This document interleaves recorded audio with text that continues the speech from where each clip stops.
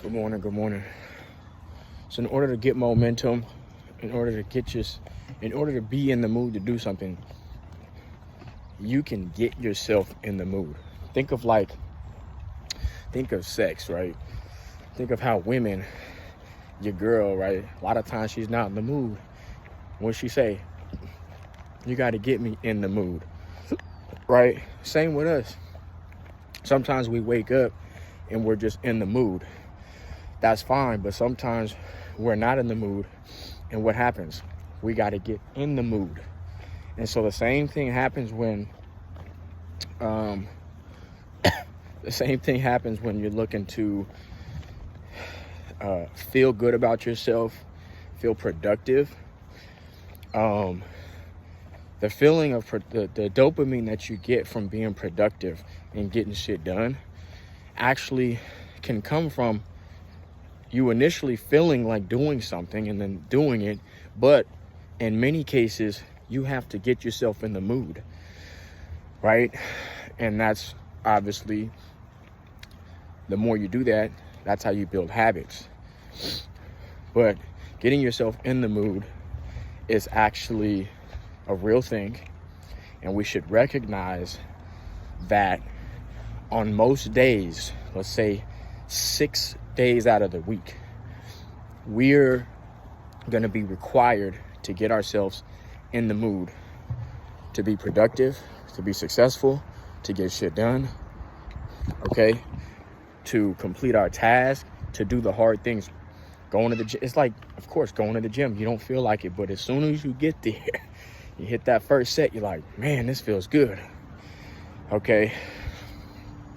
So, but let's talk about the intricate details that tend to separate people from doing the thing that gets them in the mood versus not doing anything, right?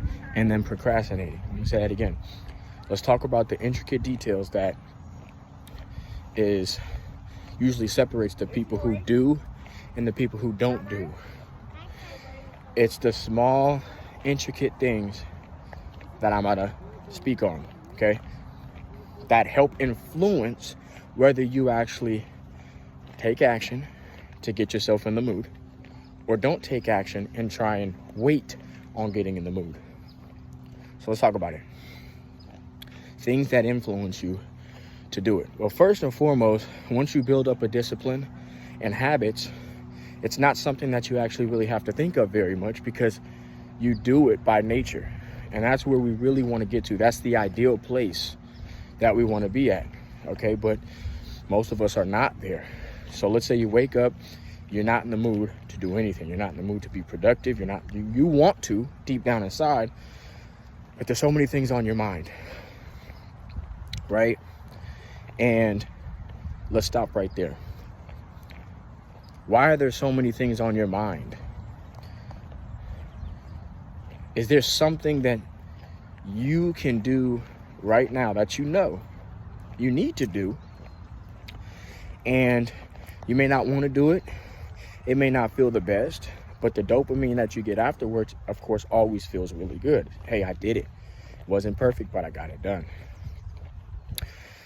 So let me give you a specific example. You may know in your mind that you should be getting out and getting your steps in, or that you said you're going to go to the gym on Monday, or on this day that you woke up. You said last week or the day before that you were going to the gym on this day. However, now I'm about to speak on those intricate little things that I was talking about. You did not plan for it. You didn't strategize for it, okay? You didn't put it in your schedule, right?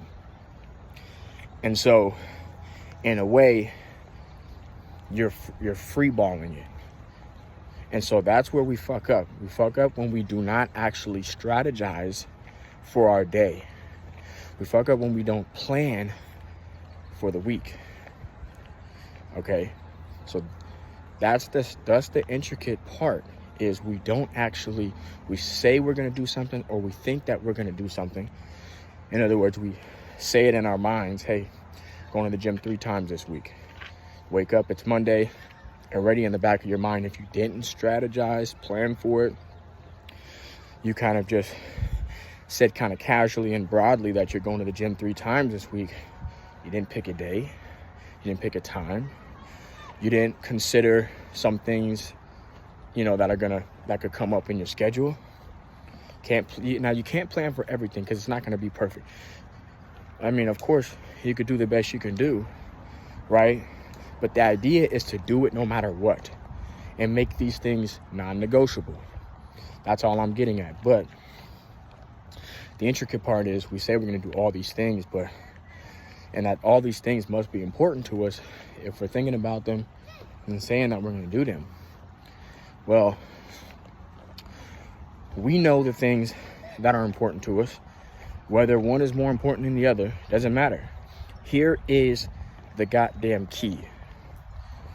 Write down. And I don't mean write down like take notes. I mean write down as in write out a plan for your day. Write out a plan for your week. Now, this plan is going to be around, it's your schedule. Plan your schedule. Now, so that's one intricate part. The second intricate part is, that's very important and critical, is don't try and do too much in the beginning. If you don't have these habits, if you don't have the discipline to do a lot of these things because you're already not doing them,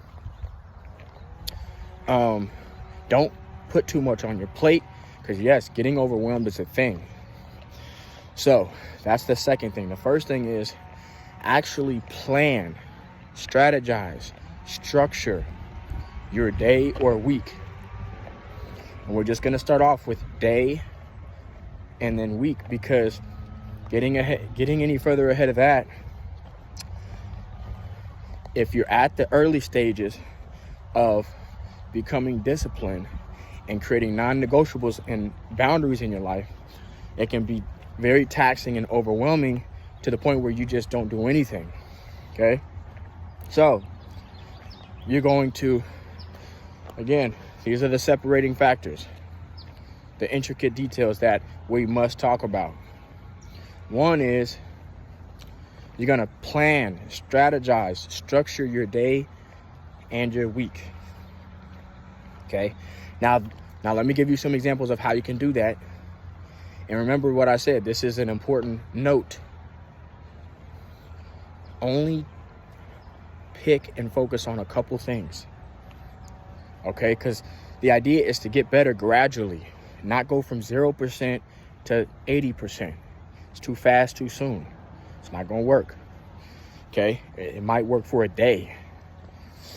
So, plus the planning and the strategizing becomes too much, because it's a lot. It's a lot of work to structure even just one day if you're focused on 15 different things in 4 different areas of your life, right? Let's say health, your spirituality, parenthood, and let's say economics. It's a lot to structure, time consuming, takes up mental bandwidth. It's difficult. So remember, focus on less than like 5 things, 1 to 2, 2 to 3 things, 3 to 4 things. That's important. And then what you're going to do is strategize your day. Tomorrow, I'm going running at 6 a.m. If I don't do it in the morning, then I know, good morning, then I have time in the evening, and that's when I'll do it then. Right? So 1, you're planning it, you're picking a time, right? We're going to talk about a third intricate thing too. That's important. I'm going to throw it in there right now so I don't forget. Build something, right, that you know you can commit to. In other words, make sure that it incorporates into your life easily, right? Set it up to where it's the most convenient. It's at the most convenient time, the convenient place. Okay. Now, of course, people are going to say, Well, it's not always going to be easy or convenient. And of course that's true, but you got to do it anyway. But here's the beautiful thing. And I'm still talking about the third intricate thing. The beautiful thing about making things as simple and convenient as possible for you, right, when it comes to structure in your life, that's the beautiful part. You can do that. And can't nobody knock you for it, right? Like, if it's something that could be done at any time of the day, right? There's no time. It's not time sensitive. Then use that to your advantage. In other words, it may be easier for you to read on your lunch break at work than it is to read before you go to bed. So put it in your calendar, right? And in your strategy and in your plan to bring your book and read on your lunch break versus waiting until nighttime, because you might just fall asleep and you might not do it. So that's all I mean is when you're structuring your life, you can set it up however you want. That's most convenient to you, and you should, as long as you're getting it done. Now, obviously, things that are time sensitive, that's a different story. It's time sensitive, then it's got to be done at a certain time. That's just what it is. Okay, so let me do an overview of the 3 intricate things that usually separate the people who take action, right, versus the people who don't take action. Now, we're talking about at the beginner level, not at the expert level. At the beginner level, the separating things that the key separators and intricate things that separate the people who do and don't do, okay, are 1, lack of preparation, planning, and strategizing. And I don't mean that long term. See, because when we think of those words, when we hear those words, we think of long term. No, short term. Okay, that's key too. Short term planning, today, tomorrow, the next 2 days. Okay, another great example on that one is meal prepping. Meal prep for 2 days. You don't have to meal prep for the week. That's a lot of work. Start off simple, start off easy, start off with something that works for you. Okay, so number 1, we fail to plan, strategize, okay, for short term. We fail to do that. Okay, number 2, or I'll say number 3 because I remember that one. Number 3 is make it as convenient as possible. Make it as convenient as possible for you. Okay, for you. Make it as convenient as possible for you in your life so that you can ensure it's going to get done no matter what. Okay. And then the second thing was, so there's the planning, there's the make it convenient, and I forget what the second one was.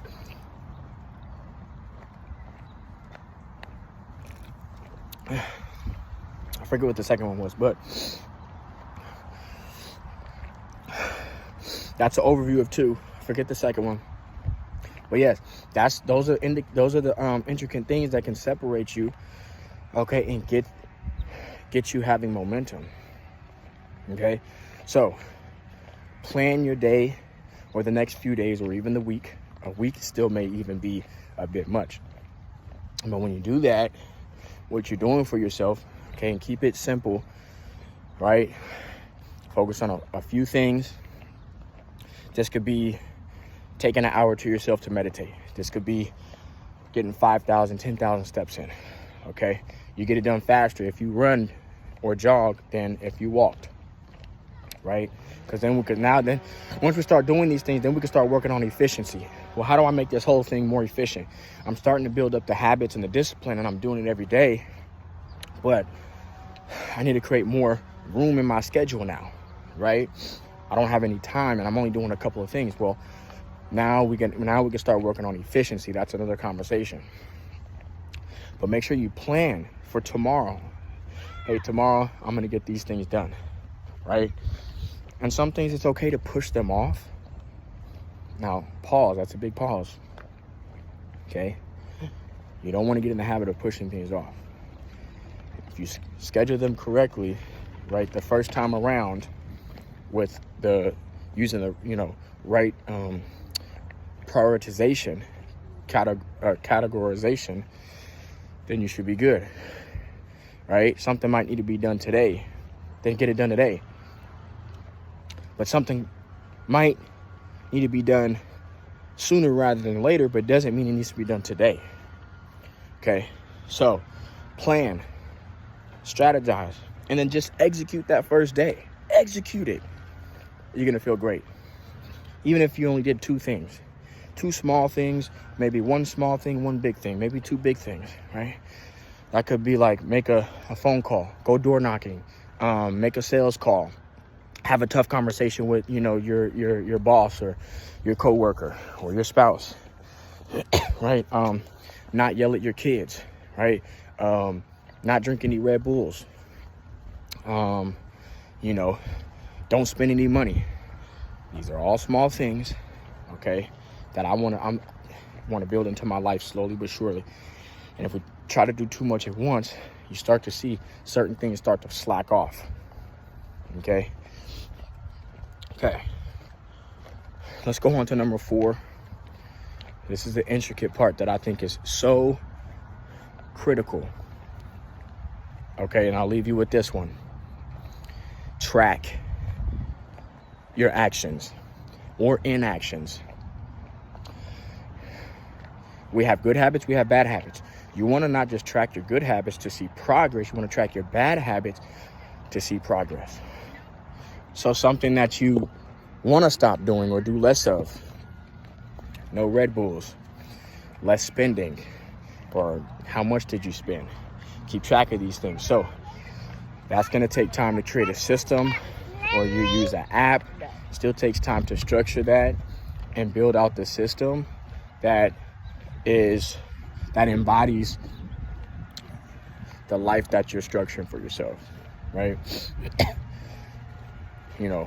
Drinking less Red Bulls may not be in your plan. That's what I mean by it embody, right? So let me give you a couple ways you can track. Okay, I'll give you a 5th one, actually, before I go, and that's get a coach. Get a coach or find somebody that you can listen to, 1 or 2 people that you can listen to, right?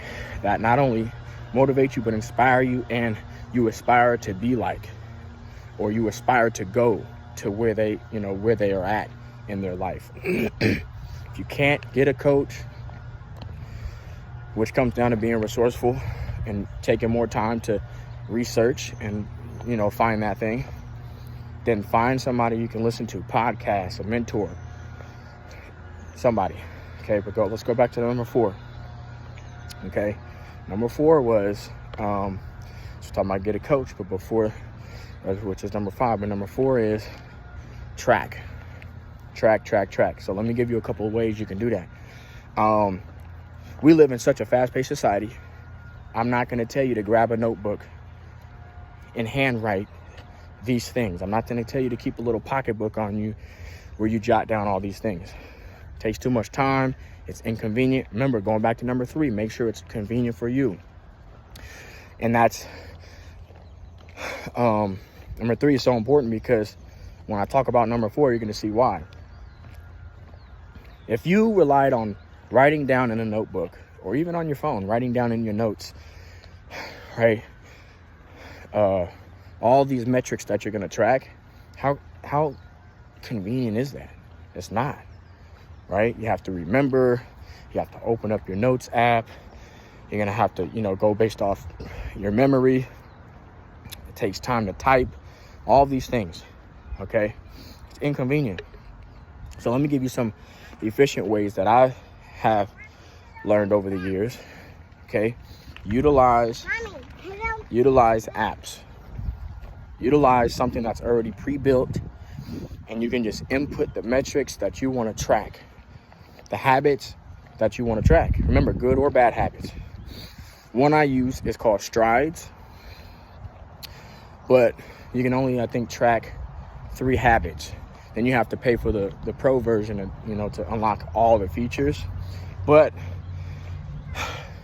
I learned for me that I love seeing progress. And I think that a lot of us are like visual people when it comes to, you know, let me put it like this.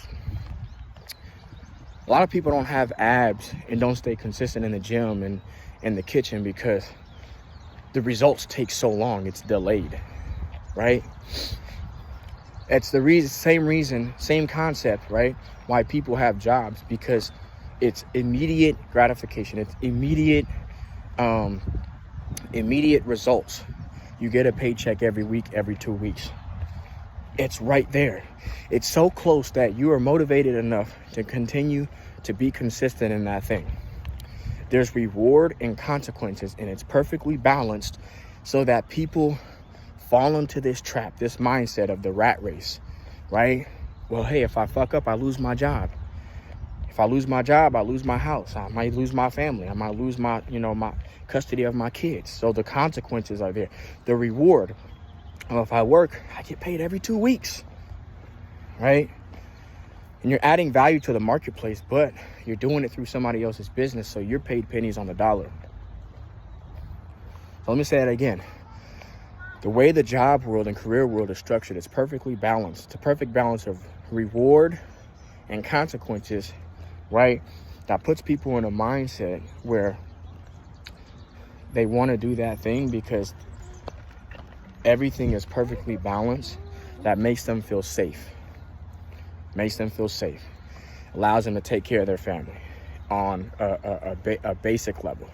But if you want to upgrade to intermediate, expert, master levels of taking care of your family and living life at a master level, unfortunately you have to break out of that rat race, break out of that structure, because that's a structure, right? That's perfectly balanced, okay? For people to just fall into the trap and do what needs to be done, right? You have to break out of that and create your own structure. And so I say all that to say that when we're structuring our life, going back to number 3, making it convenient, you have to build a structure that works for you, that has the perfect balance that keeps you going. There has to be, if you thrive off reward, you got to add some reward in there. If you thrive off consequence, you have to put some consequences in there, okay? And that's something we have to keep in mind, okay? So number 5 is coach. Number 4 is tracking. Let's get back to that. The reason I said all that is because we like to see progress. We like to see that we're getting better. We like to see results. Results don't have to come in the form of money or economics. Results can come in the form of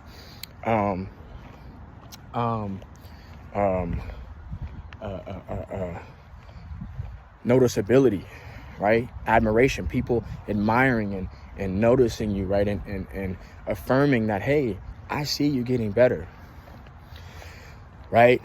And even from yourself, being able to look back the last 2 weeks and say, damn, like, I actually got better with my spending habits, got better, and I got out every day and walked. What's up? All right. Put him in the stroller. And so that is a good reason to track, because you can actually visually see your progress. You may not see the abs, but you can see your consistency. You can see your effort, and it does make you proud. And that's number 6. Let me add a 6th one in there, is reflecting. Okay? Reflecting. You can reflect all you want, but if you don't have something tangible to look at, as far as like, that's why I added tracking in there. Number 4, you can look back at your actual metrics, your actual numbers, and you'll be able to see and reflect and say, wow, look what I did. And do all the reflecting you want. I'm not going to get into that. But number 6 is reflecting. Whether you say, man, where can I get better? Or maybe you're criticizing yourself. Damn, I really fucked up. I did good, but I give myself a D-, right? That's okay. That's all right. The point is, the tracking is there for you to visually see. something tangible that you can actually reflect on. I'm gonna do one more lap and I'll be right behind you. I can visually reflect on, okay? So, number one, plan, strategize, short term, very short term, days, weeks, okay? Forget number two. Number three is, I forget number three. Number four is track your habits, okay? Find an app where you could track, or find something that's convenient. Oh, number three was make it convenient for you. Number four was track. Tracking helps make it convenient. Well, no, it doesn't, but all these things go hand in hand. Number four is track. Number five is coach. Number five is coaching. Find a coach, right? Number six is metrics. I mean, not metrics. Number six is reflect, okay? Number two is just lost me. Anyways, these are 6 things, okay, that people miss, that are separating factors. Now, when you think of all 6 all together, it's a lot. But if you just started with number one, plan. That's the first step, you guys. Don't do any, write the steps down, write the 6 things, but then just start with number one, okay? And then maybe add, listen, this isn't even in any particular order except for maybe number one is to plan. Maybe you don't know how to plan or what to plan for. Well, just do something that you know betters yourself every day. Wake up 10 minutes earlier, 30 minutes earlier. Drink more water, right? Use less profanity. All right, listen to more positive, productive audio. Simple stuff that anybody can think of and anybody can do. I just gave you a few. So number one, when you think of all these, it's a lot, but you can start with number one and then start adding in these different things slowly but surely. And all these things, number one kind of, I wouldn't say it precedes all the other ones, but number one it's like the sum. You need to do number one in order to do all the other ones, or all the other ones involve doing number one. You want to find a coach? Plan for it. You want to reflect? Plan for it. You want to track? You have to plan and strategize for, to set that up, right? Okay, so all of them are going to require you to do number one, straight up. But those are 6 things that I could think of off the top of my head, okay, that will get you going. Okay, now it's going to get you going. But who's to say tomorrow you don't do it again? That's where number 3 comes into play. Like, when do these things come into play? What actually helps me? Well, think of number 3, make it convenient. You did it today, but what if tomorrow you're just mentally not there? What if tomorrow you're sick, right? And you said you're going to go to the gym tomorrow, right? I don't know. Right? And so that's when some balance comes in. Well, yeah, maybe you are sick, but maybe you do a workout at the house, or maybe, right, if eating healthy, you have not implemented that into your plan yet, but it was something that you want to do in the future. Instead of going to work out that day, you say, okay, well, today I'm gonna go ahead, I'm gonna eat healthy. I'm gonna replace 2 meals with healthy meals. All right, 2 regular meals with 2 healthy meals. You see? Okay, and so what you're doing is you're still doing good things that move you towards your plan, move you towards your goal, right? But maybe you had to substitute it with something else. You're still not substituting it with something bad. You're substituting it with something that still gets you towards your goal. So again, maybe you don't work out today because, let's say, you didn't do it in the morning, right? And literally had no time in the rest of the day.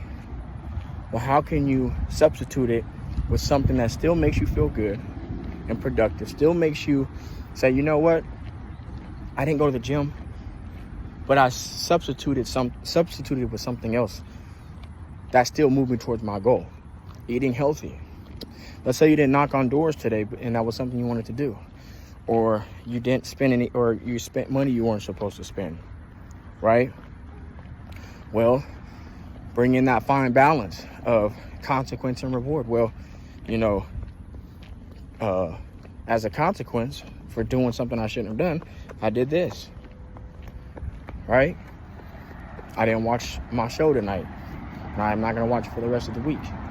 Now, I'm not saying that you make a habit of not doing something and making substitutions, right? But what I'm saying is, be hard on yourself. Yes, that's a good thing, but not too hard on yourself, right? But also, don't be easy on yourself and say, well, and don't be too lenient where you, oh, I didn't do this today, but it's okay because I'm just going to substitute a meal again. Don't make that a habit. Get what you need to get done. Do it the next day, right? But also,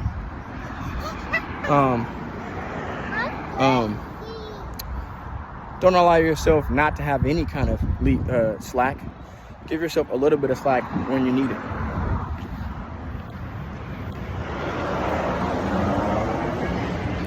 And that's pretty much all I got for you today. Until next time, make sure we keep these 6 things at the forefront of our mind. Remember, these things are not going to be by nature that we just know to do them every day. We actually we're going to have to look at these pieces, study them every day, and be proactive and add them into our life. Physically, add them into our life. Just because we listened to it, we heard about it, doesn't mean we're going to do it. We have to actually take one by one, insert it into our life. It may take 5 minutes to insert one thing. It may take, 5 hours over the course of 2 days or 3 days to set up tracking your habits or finding a coach. So understand that these things take real time to actually implement. Just because you heard them doesn't mean you're going to do them. Just because you heard them doesn't mean they are activated. You have to, this is number 7. You have to actually activating and applying the knowledge that we have takes real tangible time that you need to carve out. Say that again. Number 7 is, in order to activate or apply, or for these things, the knowledge to work into our life, we actually have to carve out real time